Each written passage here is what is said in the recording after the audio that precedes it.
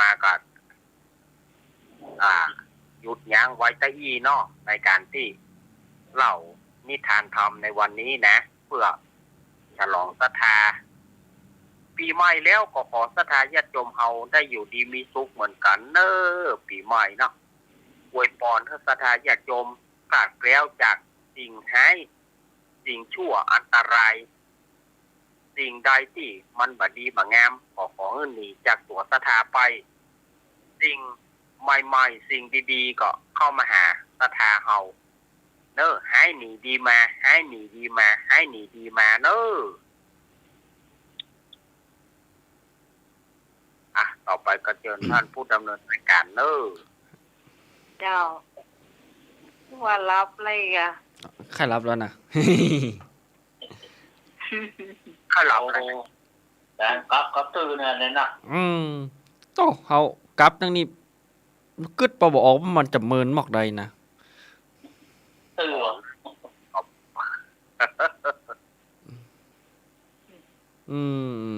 ครับ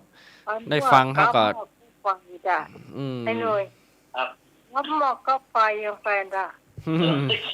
หมอกก็ไฟปั๊บโซ่เอากำเดียวอ่ะโอ้ฮะเหมือนเนาะครับก็จบไปแล้วเนาะกับช่วงเล่านิทานของอานิสงส์อุปสมบทนะครับกับช่วงต่อไปคุณผู้ฟังที่รวมคะแนนติดก่อนมาเลยโทรมาดีแล้วเนาะเจริญพรติดแล้วเนอะสวัสดีครับมันเมินละปาจักครับ1เมินนะอเมริกามาหยอดอิลเมต100 ปีติบก่อนนะแล้วปันวาน่ะเอาบอกหัวกี่มันเจ็ดเต็มสุดเดือน่ะฟาดโทเฮากึดบ่ออกเมื่อใดมันจะเต็มเนาะแต่เนี่ยได้8กับก่อนนะอันนี้ส่งนี่สุดยอดขนาดเนอะ8กับนี่นะครับโอ้โหเหลือแดกกันเนาะเหลือกินครับเจ้าผู้ฟังท่านไหนรวมคะแนนเซตก่อนเจ้าละมาแล้วนะเจ้าไม่เจ้าไม่ช่วงไทยเพลงตัวเปิ้ลได้2 คะแนนทำได้8 คะแนนรวมเป็น10 คะแนนเจ้า10 คะแนนตะวา77รวมเป็น87 คะแนนเจ้า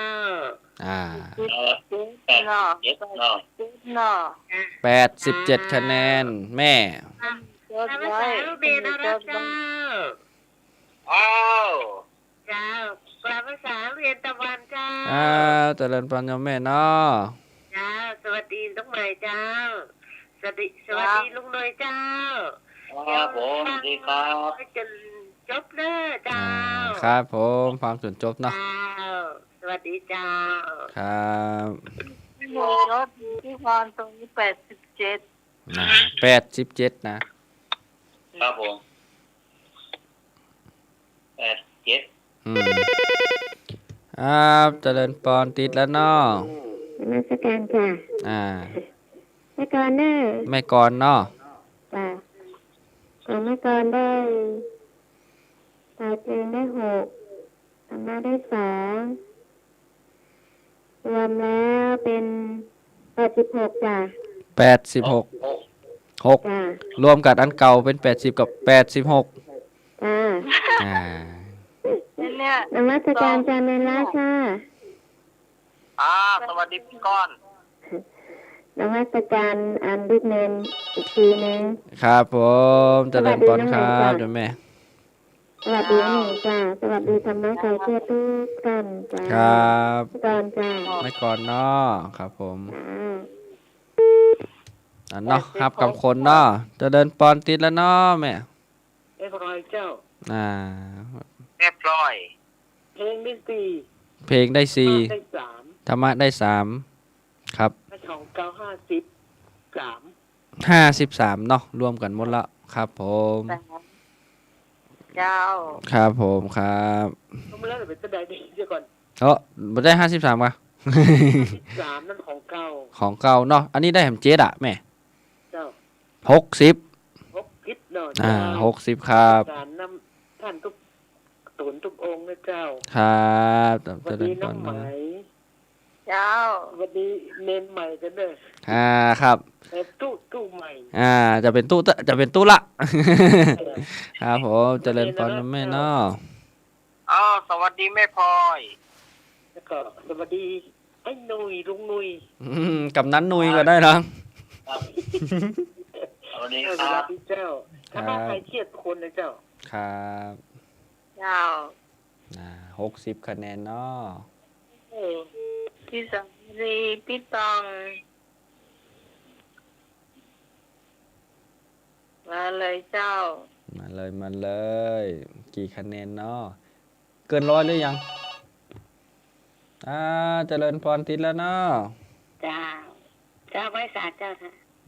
เจริญพร เจ้า แม่บุญ บุญเนอร์ แม่ เจ้า บุญเนาะ แม่บุญเพลงแม่ได้หก เพลง6 ธรรมะได้อันเดียว ธรรมะได้7อันเก่าตัวก่อนนั้นรวมหมดละ48นี่อย่าง7 48ด้วย7เป็น55นะ เจ้ารวมกันเป็น55เนอะ 55เนาะ เจ้า ครับผ เอา ม เจ้าไว้สาในโดย ครับ ไว้สาในรักตัวเด้อ สวัสดีแม่บุญ เจ้าดีไอ้หนุ่ย ครับผมดีครับ ดีน้องใหม่ตัวเด้อ เจ้า เจ้าสวัสดีทุกคนเด้อสวัสดีรักดีฝันดีกันเนาะสวัสดีเจ้า ครับแม่เนอร์ อ่า ช่วยอย่างอ้ออย่างเลยนะครับ เจ้า ครับแม่บุญเนาะ55 แล้ว เจริญพรติดแล้วเนาะ เจ้าภาษาเจ้าท่านเนน ครับ ภาษาเจ้าเนนรักเจ้า สวัสดี สวัสดีเจ้าไอ้หนุ่ยสวัสดีเจ้าน้องห ค มา รับ ย ครับแม่ลีครับผม เจ้า เพลงได้11ธรรมะได้11กับ3เป็น14 3ของเก่า96รวมเป็น110เจ้า 110นะ โอ้ เกิน100แล้วเนอะ 110จ้ะ ครับ เอา อัน ละ เอาแล้วเนอะเกิน100แล้วนะ ได้แหม16นะวันนี้แล้วก็รวมแหมกับ110เนาะ ครับ ครับ อาลีปลา ให้ ตัวเตา 110เนาะเกิน100มาละ1คน มาละแต่ว่าเพิ่นได้96กุลุ โอ้ได้หนักขนาดน่ะวันนี้ได้14นะธรรมะนี่เพิ่นได้8ก่อนนะธรรมะเพิ่นน่ะ เอาละครับ ใครรวมคะแนนเสร็จแล้วก็โทรเข้ามาได้เลย โอ้พี่ต้อง ต้องมาหรอ อยู่ ผมต้องมาเถอะ นั่นละมาแล้วเนาะเจริญปอนติดแล้วเนอะ เจ้าของไปส่องคลายเพลงได้8แต่ธรรมะได้1เป็น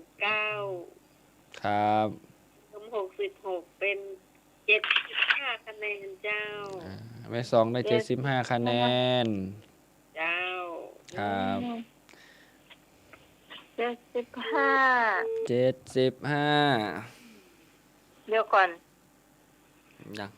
อันของมันใครก็เดี๋ยวก่อนเป็นไรเรียกกันเดือนอ่ะพี่พรพี่กรกับพี่กรตัวน่ะไอ้หนู คือก่อน87 อ๋อ 87กับ86บ่ใช่กัน 86ครับ 26อ๋อแต่ว่าพี่กรนำไปคะแนน วันนี้พี่พรนำไปคะแนน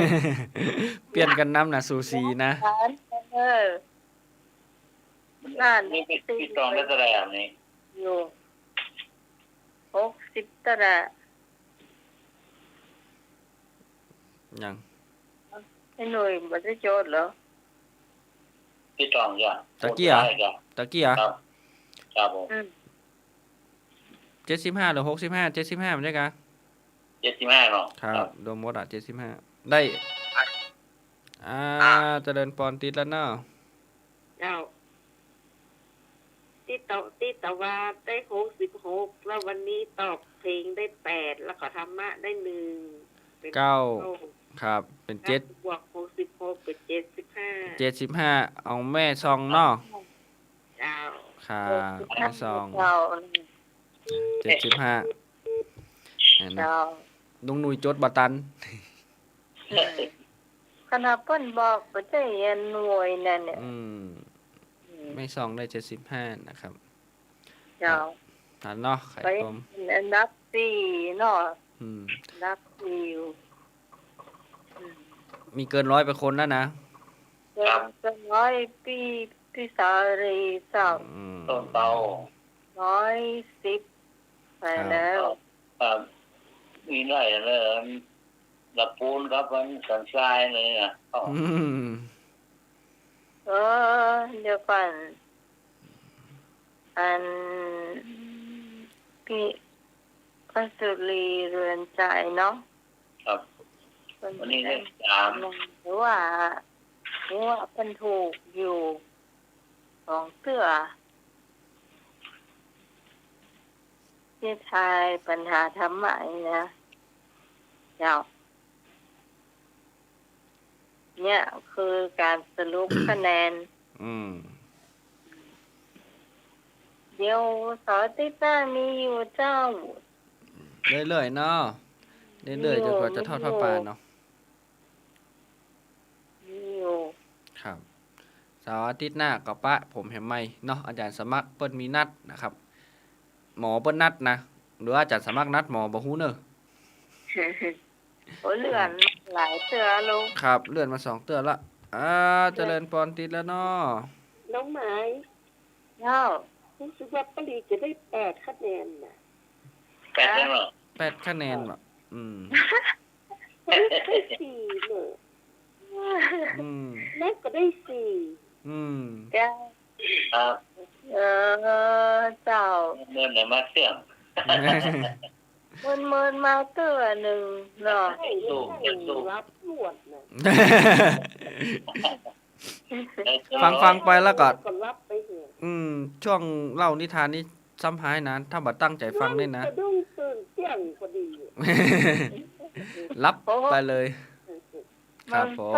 อันนี้มันได้กินยาเนาะมันเกิดหลับ ครับเขารับอีกทุกวันก็มันก็เป็นนั่นเขาละร่างกายเขาจะรับช่วงนี้ละ เออ ครับผม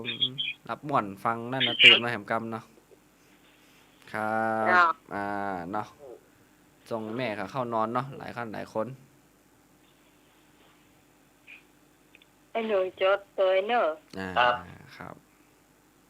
รีบอสร้าง8คะแนน ครับ เลข8เลขงามเลย ปิ้นจะดิ้นกับเป็นนั่นเนาะเป็นเป็ดนั่นเนาะ ครับ เพราะว่าเขาจัดรายการก็ถือว่า3 ทุ่มถึงเที่ยงคืนก็ถือว่าดึกเนาะจัด ครับ เข้าถือว่าดึกเลย อาหอนี่เจ้านะ แม่น เนี่ย เดี๋ยวนี้ 6 โมง เท่าไหร่ 5 โมงก็ค่ำแล้ว ครับ ครับ โวนวนเย็นเหรอเดือ ถ้าหน้าฮ้อนนี่6 โมงกึ่งแต่วันยังค้างดอยอยู่ ครับ อันนี้ก็อาบน้ำเจ้านะนี่ผมนี่วัดนี่นะในอำเภอเมืองแต่อยู่ในดอยหนาวหน่อย ครับหนาว หนาวหน่อยว่าได้ใส่เสื้อนะครับ เออ เย็นกันเนาะ เย็นครับ หนาว เย็น ไปแล้ว ว่าอากาศมันก็เนาะเดี๋ยวร้อนเดี๋ยวหนาวเดี๋ยวร้อนเดี๋ยวหนาวเนาะ เย็น รักษาสุขภาพ ป้ ข อ อง ง กัน พ่อแม่ ก่อน หลายท่านหลายคนก็ อืม เมื่อยกันง่ายนะช่วงนี้นะครับเดี๋ยวร้อนนะเดี๋ยวหนาวมาละเดี๋ยวร้อนละเดี๋ยวหนาวมาละนะเมื่อยกันง่ายนะครับ แน่นอนกันเนาะ มีฝนยังไม่ไปอ่ะ แม่นระวังกันหน่อยเนาะแม่รักษาสุขภาพกันหน่อย เป็นห่วง รับเจ้าก็ดี ฟังแล้วก็ฟังบัตันสุดรับก่อนจัดสมัครแต่ว่าก็รับ ครับ โอ้ แต่ว่าห้องง่ายเนอะ อาจารย์สมัครโอ้ พอเดียว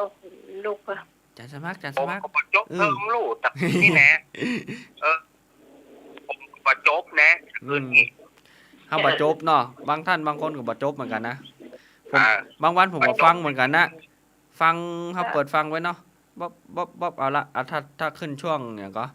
ถ้าบางวันปะทำอาหารก็หมอกทำอาหารได้บัดตันแล้วอ่ะหม้อแกงไหม้ก่อนถูก เออ จริงๆทำอาหารมันเป็นช่วงเกับสุดท้ายแล้วน่ะ แม่นเฮาบัดตันสุดเกือบสุดเหมือนกันนะไปก่อน หูได้ยินบ่อยๆอยู่อะปล่อยหม้อแกงไหม้แล้วโลยกัน ฟังตอนเพิ่นนั่นอยู่ บางเตื้อก็นิทานบัดตันสุด แต่ว่าท่านสมัครถามว่าแม่ปุณทำแกงอะไรลูก บัดตันสักกรรมหม้อแกงไหม้ไปก่อน กินพอแล้วกินเนื้อเนาะ เปิ้นบัดตันกินแล้วอันนี้ก็ ก่อน บางช่วงก็ เนี่ยครับ เล่านิทานนี่ก็ม่วนเหมือนกันนะครับ เจ้าต่อไปเป็นกรรมเก่าเนอะ กำมาเก่าเอาเนาะเหลือเวลาสักครึ่งชั่วโมงแถมสัก 3-4 ข้อน่าได้อยู่เนาะ กรรมเก่าแล้วก่อนอย่างกรรมเก่าว่าไว้ เอาเนอะกำมาเก่าไข่มีข้อง มาน้องลีว่ามาเดี๋ยวผมจะแปลกำมาเก่า คำบอกเก่าเล่าไว้ เขาโอ้มาละไข่มาเนอติดแล้วเนอเจริญปอน ไอ้นึก คำจอ นี่ไง มันเห็น ตานมัสการครับ ครับ เอ็กโตแล้ว ครับผม ขอให้ไปตลอดรอดฟังเนอะ ครับผมครับ คิดถึงอาจารย์สมัครเนอะ ครับอาจารย์สมัคร ฟังอยู่ปวด ครับ ท้องด้วยสงสัยจะโควิดจะเข้าลำไส้มั้ง ปล่อยมันออกเลยครับหลวงตาครับ ไม่มันเจ็บอะมันเป็นอะไรไม่รู้ อ๋อ มันเยี่ยวทุกวันเลยนะ อ๋อครับครับรักษาสุขภาพ เป็น เนาะ ฝีนั่นแหละฝีฟักบัวในท้องอ่ะ อ๋อครับหาหมอ มัน เนาะ ยังมีสนิทอยู่นะ อืม มันตายอะ ครับผมครับแล้วก็ รักษาอยู่รักษาหมอจีนแต่ก่อนเนี่ย ครับครับ อธิบายแต่ก่อนต้องพายเรือเข้าไป ครับ บ้านมันเป็นคลองอ่ะ ครับ เดี๋ยวนี้น้ำคลองแห้งแล้วก็ครับ ขอเจริญธรรมยิ่งยิ่งขึ้นไปธรรมะใครเครียดถึงสาย ขอมีความเจริญโชคดี87ครับผมสาธุนะครับ หลวงตากฤษ เปิ้นโทรมาให้กำลังใจเฮาเนาะครูบาอาจารย์หลวงตาเปิ้นโทรมาเฮาก็มีกำลังใจจัดเนาะดึกแล้วนะเปิ้นยังโทรมาให้กำลังใจเฮาอยู่ฮือศีลฮือปอนก่อนนอนเนาะแม่ใครก็ฟังอยู่ก็รับศีลรับปอนด้วยกันก่อนเข้านอน น้ำเจ้า ครับ ลินจะลิน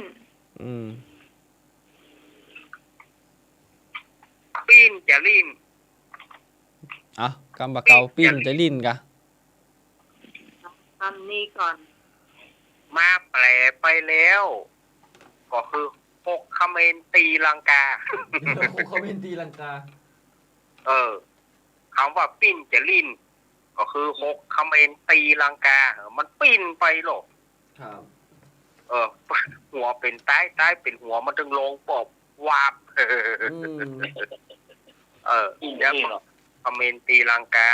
นานี่ไปกำไปกำปังกำได้ละ ให้เหมือนนักฟุตบอลอย่างแรกที่มันปิ้นจะลินเตะนั่นเนาะ นาค ตีนตะเล่นตกจานเว้ยเฮ้ยเนาะ ใจอะไผ่ปิ้นจะลินตกใจปิ้นจะลินตามกลางสนามเขาโอ้ย อ๋อ เนาะ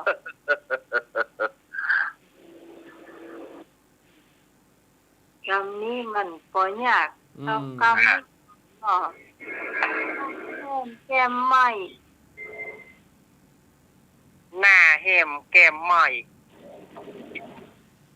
ก็หมายความว่าคนที่ทำงาน อยู่กับแดดเนี่ยเปิ้นกินบ่ได้กินเปิ้นเหี่ยวบ่ได้เหี่ยวทำงานตัวเป็นเกลียวอยู่กับไร่กับสวนหน้าจะพอแห้มแก้มจะพอไหม้เพราะว่าแดดมันเผา เพราะว่าหน้าแห้มแก้มไหม้ผมทำงานหามรุ่งหามค่ำป่าพักป่าพรนะอันนี้พวกใหญ่ก็ใกล้เคียงเนอะ คนพักก็ไม่ได้พักต่อ คนพักก็บ่ได้พักล่าแต่ล่าแม้แต่กินข้าวก็ป้อนข้าวกินไปตัวจะพักยั้งโฮมยังบ่ยอมแต่นะป้อนข้าวกินไปตัวเพราะว่าถ้าอู้ถึงคนเอาถึงกำเลิกก็พวกคนแต่นี่ที่เหนียว คนแต่นี่ที่เหนียวอันนี้ แกมใหม่ หน้าแฮมแก้มไหม้เนาะแดดเผาหน้าปอแฮมแก้มปอไหม้เอาละนะเจริญพรติดกันเนอะ ก็เห็นเมื่อรถเจ้า นี่ อันนี้ไม่สมเนาะ ไม่ใช่ข้าจา ปั ร จ ย์ จัย อาจารย์อธิบายกำลังเมื่อสมอง เหอเมื่อเมื่อนี่มันเป็นกรรมที่ว่ามันเป็นกรรมประชดประชันเป็นกรรมเย้ยเนี่ยมันเป็นกรรมย่อเย้ยว่าโอ้บัดนี้เนี่ยนะผมได้สตางค์มานี่10,000เนี่ยได้ที่ตัวบ่หมีผมได้ตังค์มานี่10,000เนี่ยแอมคนหนึ่งมันหูตานน่ะหูไส้หูพุงกันน่ะขอจะไปพูดเถอะ เอาวัดจ้า ดักกันไว้เนาะ จะไปอู้เถอะอืม มีแต่ว่าอย่าไปกรรมที่ซาหน้าซาตาก่อนกรรมขายหน้าขายตาก่อน เน้น ฮะ มันเปิ้นหวานคล้ายๆว่าหูตันกัน เอาหูตัน โอ้เซโลกล้ามันยินอยู่เนี่ย หูตันกัน หู ส ตั ม น ม กัน ติว่า คนหนึ่งผู้แบบนี้เนาะแต่งคำทั้งยกกระเป๋าสองข้างเนี่ย นั่นนะ ทำท่า ทำท่าบะได้ ทำท่าบ่ได้ เออเดี๋ยวหรอไม่ยินตะกอนเลยหายก็มือนะหรอตะกอนนี่ยินสำคัญสำเพียงว่าอะไรเรา มันเป็นกรรม เห็นนะเพ้อเหอ ก็คือ เมื่อ ฉันหูเธอปะเลอะแม่เธอขายแฮะ เนาะ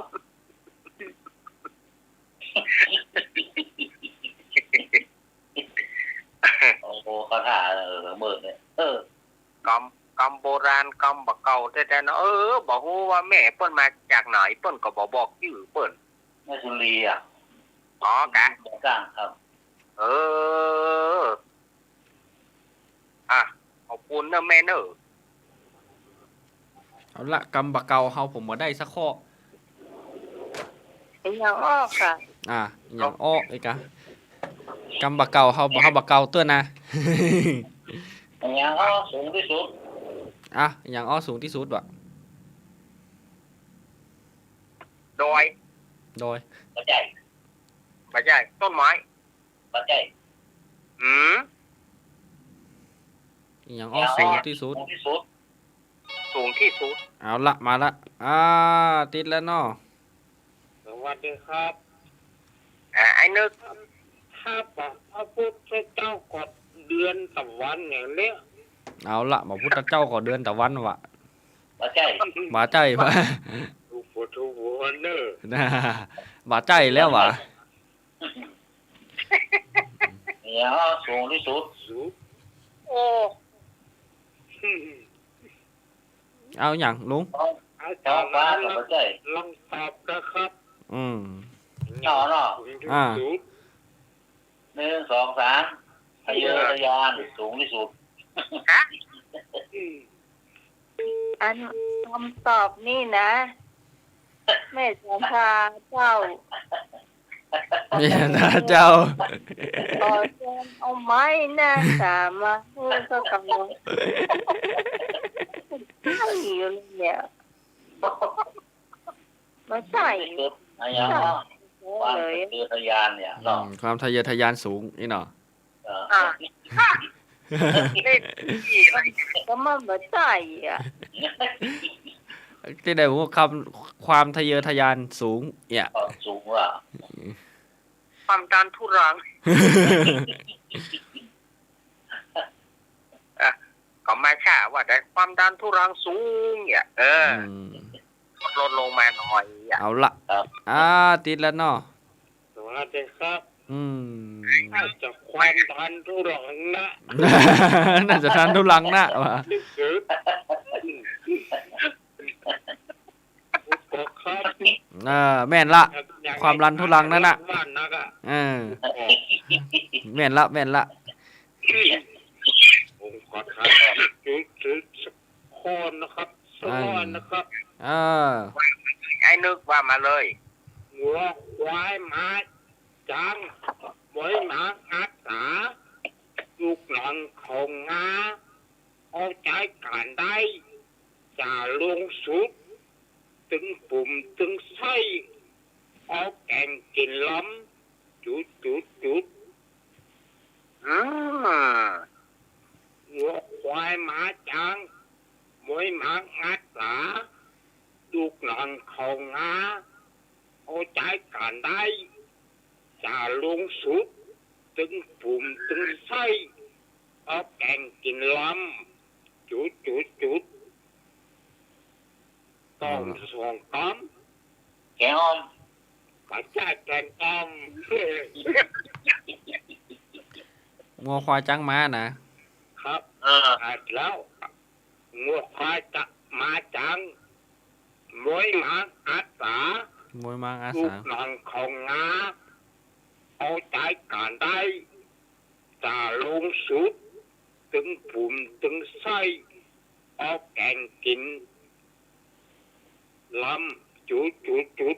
หอย แกงกินล้ เอาแกงกินลำนี่หอย ำใจ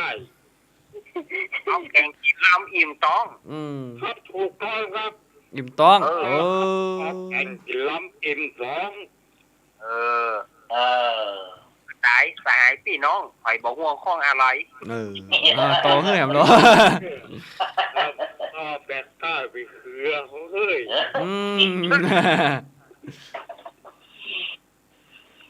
เนาะอิ่มต้องเนาะละใครมีแหมก็ ไอ้เบาที่สุดในโลก เอานะลุงหนุ่ยเอากำตะกี้มาเอาแล้วนะ ว่าแล้วเนาะ เดี๋ยวหน้าใหม่หาไม้หน้า4เนี่ยไม้หน้า3มาเอาแล้วนะ โอ้เงียบเสียบหน้าใหม่ อย่า สวามหาไม้กันนะใส่หน้าใหม่สวามหาไม้อยู่ก็ ลังก็ ซ้อสวามซ้อกับสวามเนี่ยนะ เดี๋ยวไม่จะได้บรับนอนแล้วนะ เอาคนเฒ่าบรับบ่นอนนะใช่หัวช่วงเด็กเนี่ยให้หัวหมูสู่เขามารับมานอนเนี่ย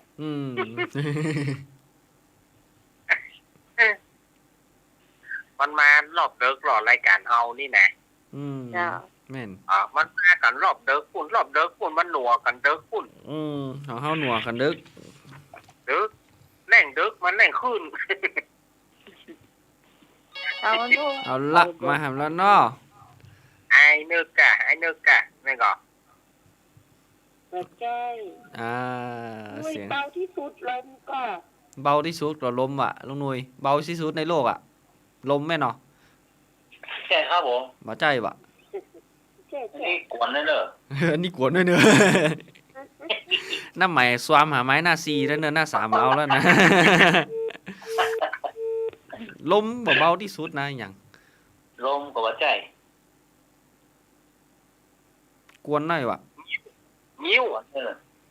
นิ้ว กวนเลยนี่นะ นิ้ว มันตั้งน้ำมาทำโมเนี่ย ฮะ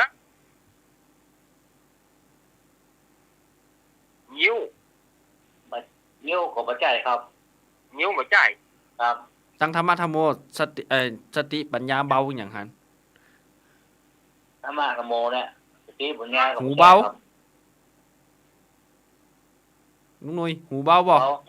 หูเบากับปัจจัย เออ เออ อยู่ในธรรมะธรรมโมเนี่ย ธรรมะธรรมโมตัวนะครับ อันล่ะ อะไรเบาที่สุด อะไรเบาที่สุดเอง บุญ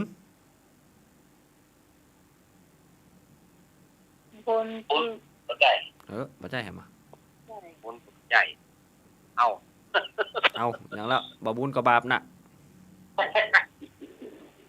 ความประสงค์ของเจ้าก็ถึงอู้ทุกวันหรอก อืม ฮะ อันอยู่ใกล้ตัวแล้วหาบ่ปะแม่นก็ ครับเนี่ยอาจารย์ก็รักกับอู้ ศีลอ่ะ ถึงกับปัจจัย เอา นี่มีความหอมเหรอ ตูเจ้าเอามาตั้งเนี่ยตั้งศีลตั้งบุญตั้งบาปนี่นะจักมาตั้งนี่อย่างเดียวนะ มันมีกรรม เอามีกรรมอ่ะมีสามเณรมีก็ อ่าจิตของคนเราดิ่งเข้าสมาธิ ใช่ครับ ปัจจั เบาย ที่สุดอ่ะครับเบาที่สุดอ่ะ โอ้ โอ้ ปัญญา ปัจจัย ส เล่า ติ หรอเล่าแล้วหรอ เอาละเดี๋ยวมาผมคนเอาก่อนสติว่ะแม่เนาะ ปล่อยวาง สติ ปล่อยปัจจั วาย งเบาที่สุด ปล่อยวางว่ะ ปล่อยวาง ครับ เกือบละ เกือบละเกือบละ อันนี้น่าจะตัวลุงเขาเนาะ ครับมาบอก เอาเฉลยเลย เนี่ย ผู้เบขา อุเบกขา ผู้เบขา อุเบกขาวางเฉย เออ วางปล่อยวางอ่ะเบาที่สุดอ่ะ ก็ถูกแล้วเราปล่อยวางอ่ะ ครับ เออลุงตะกี้ตักมาสุดท้ายถูกเลยปล่อยวางก็เต้นเนาะเฮาบ่ถือมันก็บ่นักนะ ครับ เออ ผู้เบขา ยาวอย่า อืม โอ้โห เต้นะเฮาบ่ถือมันก็บ่วางนะเฮาบ่ถือมันก็บ่นักนะ เบาที่สุดละเนาะ อืม อย่างเนาะเดี๋ยวเอาถือมาก่อนนักนะแก อืม นั้นก็รับเขาว่าอะไรเสื้อรอ เมตตากรุณามุทิตาอุเบกขา ครับ อืมเอาละ ว่าไปแล้วมันจะลืมเนาะ อืม มันก็อ้ากันกันเนาะ มันอยู่ใกล้แล้วสวามแบบปาดนั่นน่ะ ก็บอกป้า อืม ต่อไปเนาะ ปัจจัยอย่างนะกึดไปมันมีอย่างหลายๆอย่างเนาะ มันเข้ามานะ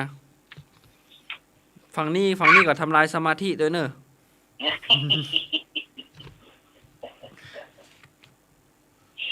เนี่ย เนาะ เนี่ยนี่ก็ทำลายสมาธิ แบ่งปันกันไง อันนี้ก็ตักนั่นก็ตักนี่อันนี้ก็บ่ใจนั่นก็บ่ใจเกิดมาแล้วถ้าจะบ่ใจเฮ้ยอ่ะ ที่เกิดมาถ้าจะบ่ใจเฮ้ยอ่ะจักไปตังนะ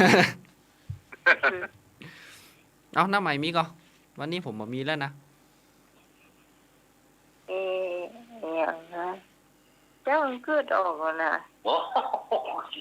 อ่ะงั้นเดี๋ยวผมเอาแถมสักกรรมก่อนเนาะ อืม อันนี้ของผมเอาง่ายๆพี่นี่หนังสือเนี่ยอย่างเขาพอกำลำพอกอดยอดสีดำอยู่ตามในบ้านเขาพอกำลำพอกอดยอดสีดำอยู่ตามในบ้านเป็นอย่างเก้าพอกำลำพอกอดยอดสีด อยู่ตามในบ้าน ำตามในบ้าน โอ้ จ้อง เอาละมันตึงกำตึงกอดนะ เก้าพอก ลำพอกอดลำพอกอด ำยอดสีด ยอดสีดำอยู่ตามในบ้าน ำตามในบ้าน อืม ปักละ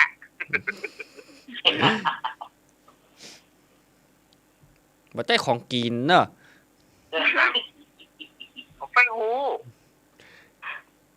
หมอนข้างหมอนข้าง เอาละหมอนข้างปะทุกหมอแม่น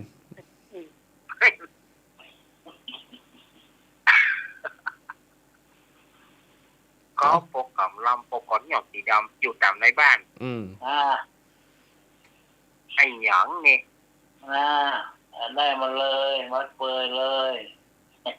เอาละเนาะเวลา10 นาทีน้ำไหมได้ก็ บ่ได้เกลือนะ บ่ใจโกนใส่โทรศัพท์กอดๆนะ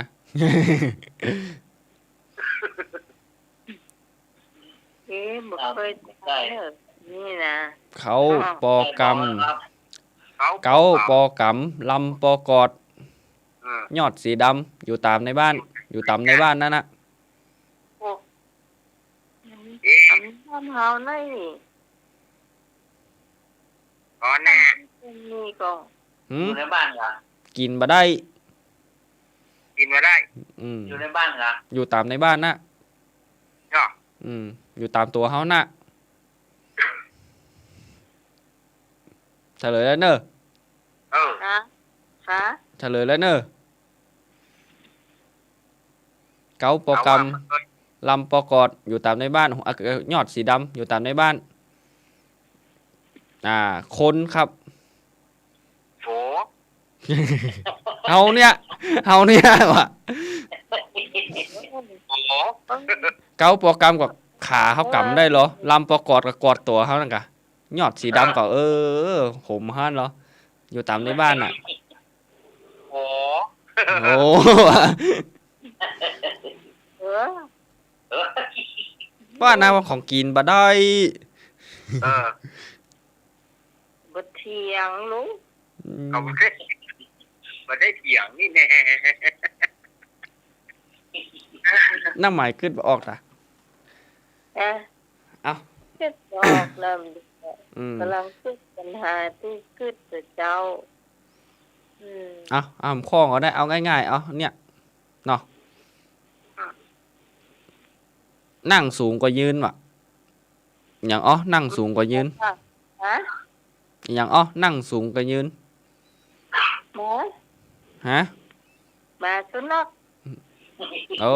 อันนี้จัดสมัครเอาออกบ่อยแต่โทษได้นะติ๊กกว่าหน้าปลายพุ่นน่ะ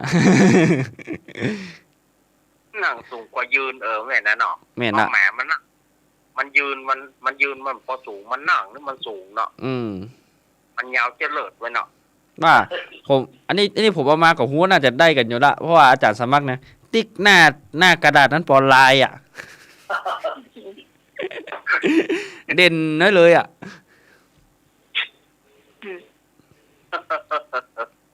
ครับ ตอนพี่น้องกอดคอกันโดดลงน้ำหอนตัวเนอะ โอ้น้ำฮ้อนตัวปลาต้องโกถ้ามี2 พี่น้องปลาต้องโก ถูกละ เออ เออ ง่ายแต่ ว่าน้ำฮ้อนนะถ้าว่าน้ำฮ้อนนี่บ่ถูกนะเอาเตะ ถ้าบอกว่าน้ำฮ้อนนี่ไทยได้ถ้าไม่ได้นะ แม่น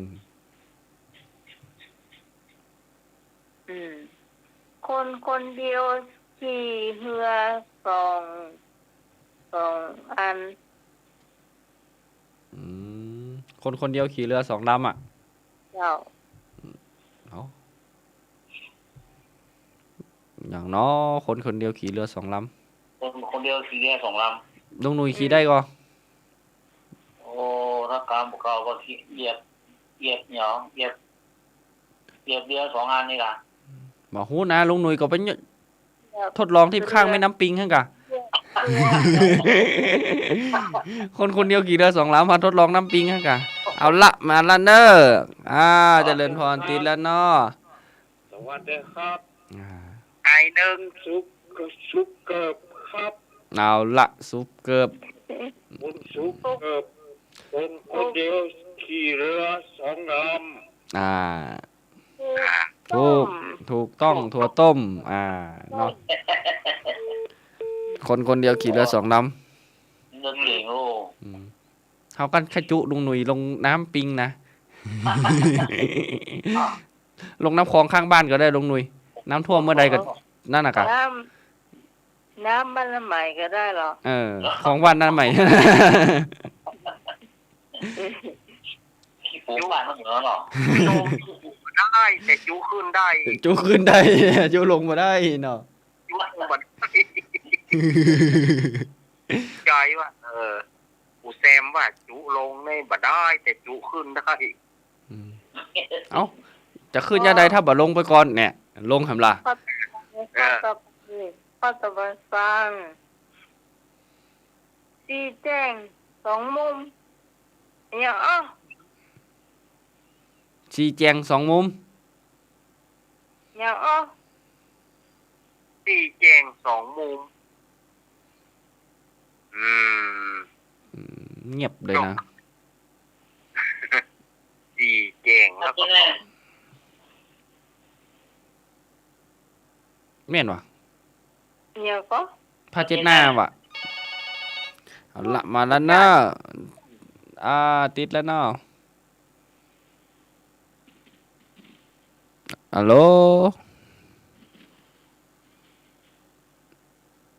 โอ้นับปิ้ง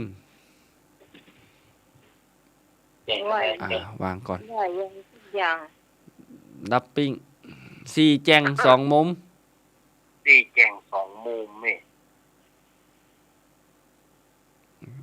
อีแก่งสองมุม ที่ห้าหนึ่งบอกว่า นักมวย มุมซ้ายกับมุมขวาน่ะ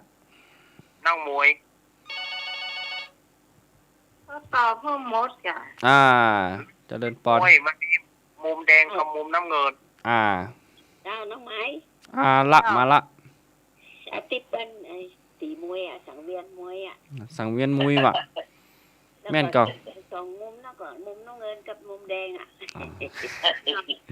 สี่แจงนะสองมุมนะแม่นเหรอ ตีแจงนะเอา ถูกละครับ โอ้สี่แจงสองมุมครับผมแม่นละแล้ว แม่ เนาะ บูน ให้บุญมา แม่บูนสีแก่งสองมุมอ่ะ มุมซ้ายกับมุมขวาน่ะ มุมแดงกับมุมน้ำเงินเนาะ ครับ วันนี้วันอาทิตย์ลงหนุ่ยกับตึงวันอากาเอ๊ะตึงวันอากา แม่ก็ นี่แอมก็ครับแอมข้อ2ข้อตัน เน้นกำพร้าอย่างเนนตะวันเนี่ยเน้นกำพร้าเกิดมาชาติหน้าอยากเป็นอะไรยัง เน้นกำพร้าเกิดมาชาติหน้าอยากเป็นอะไรยัง เนนกับพระเกิดมาจ้างหน้าจะเป็นหยัง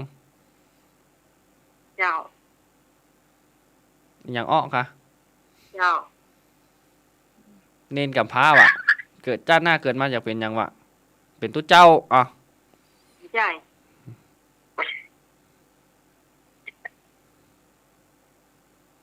เคยทำแล้วนานน่ะ เกิดมาชาติหน้าอยากเป็นอย่างนี้ เป็นพวกเลี้ยงอ่ะ มาใช่ ว่าใช่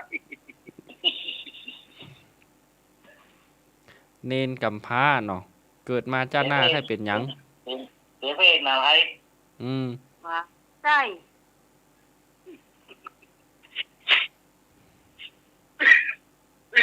เป็นพระกะ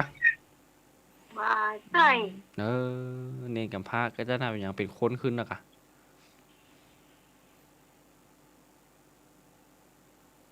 เป็นหยังน้ำไหมไล่ถามพอแล้วเป็นหยังเป็นหยัง อาจารย์สมัครมาได้นะรูทแล้วนะอาจารย์สมัครมารูทแล้วนะ เอาครับน้ำไหมเฉลยเลยเนอะเวลานะ เป็นหยังก็อยากเป็นลูกฟุตบอลกัน โอ้เปิ้นเตะคนจะได้เลี้ยง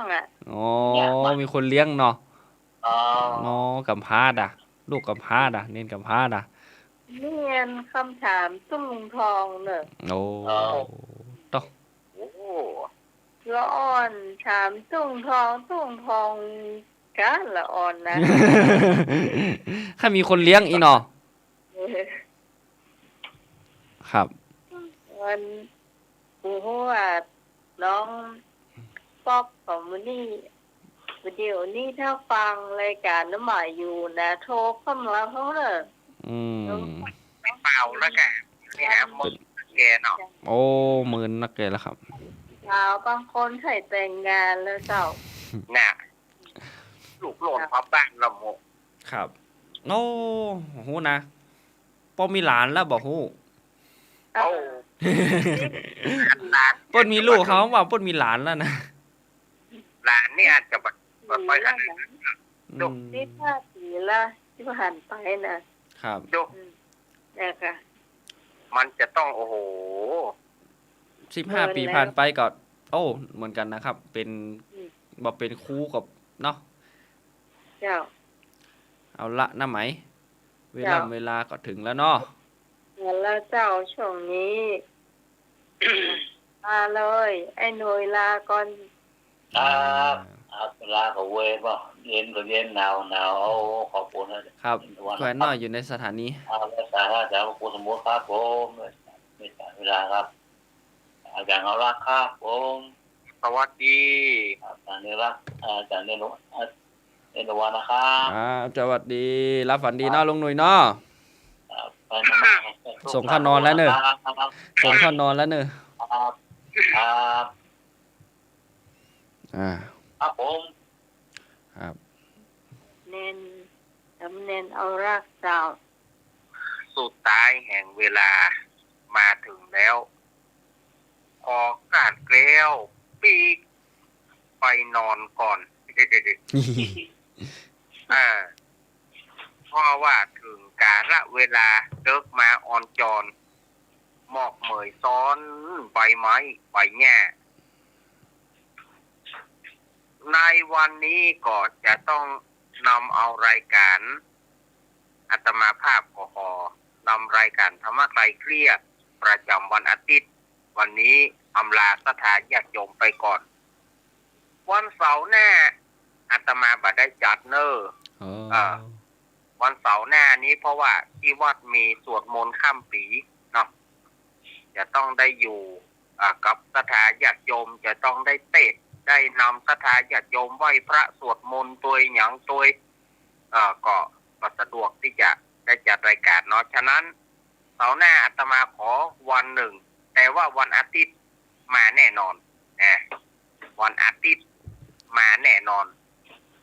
เอาไว้ปะกันในอาทิตย์หน้าเนอที่ผีขึ้นปีใหม่ขอจกใจสถานญาติโยมทั้งหลายมีสุขภาพสมบูรณ์แข็งแรงมุ่งมาตรปรารถนาสิ่งไหนขอสมความมุ่งมาตรปรารถนาจากใจอาตมาภาพสามเณรรักปัญโยนันท์วัดสันเมืองตำบลหนองล่องอำเภอเวียงหนองล่องจังหวัดลำพูนทรงเป็นของขวัญผ่านอากาศแทนสคสเพื่อกับสถานญาติโยมทุกท่านฝากความปรารถนาดีกึดเติงหากุขนเนอร์ขอบพระคุณท่านอาจารย์วิศวัตวรกิจโจที่ได้เอื้อเฟื้อเวลาให้รายการนี้ด้วยดีเสมอมาขอบคุณพี่พิสมัยแล้วก็ขออนุโมทนาขอบคุณน้องเนนตะวันด้วยนะครับ ครับผม แล้วก็อนุโมทนากับสถานญาติโยมที่เปิดวิทยุรับฟังรายการนี้ได้ดีเสมอมา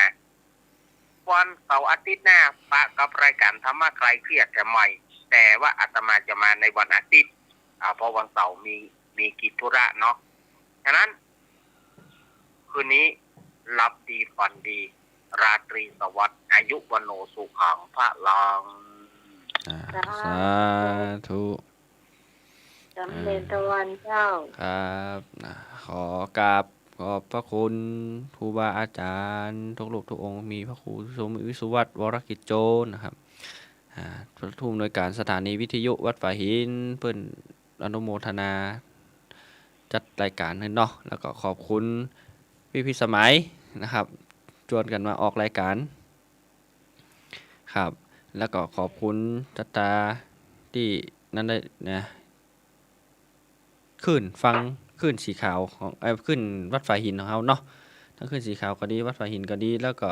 ธรรมะคลายเครียดนะครับ ที่ฟังกันทุกคนดึกปะละอู้กันผิดๆถูกๆนะครับ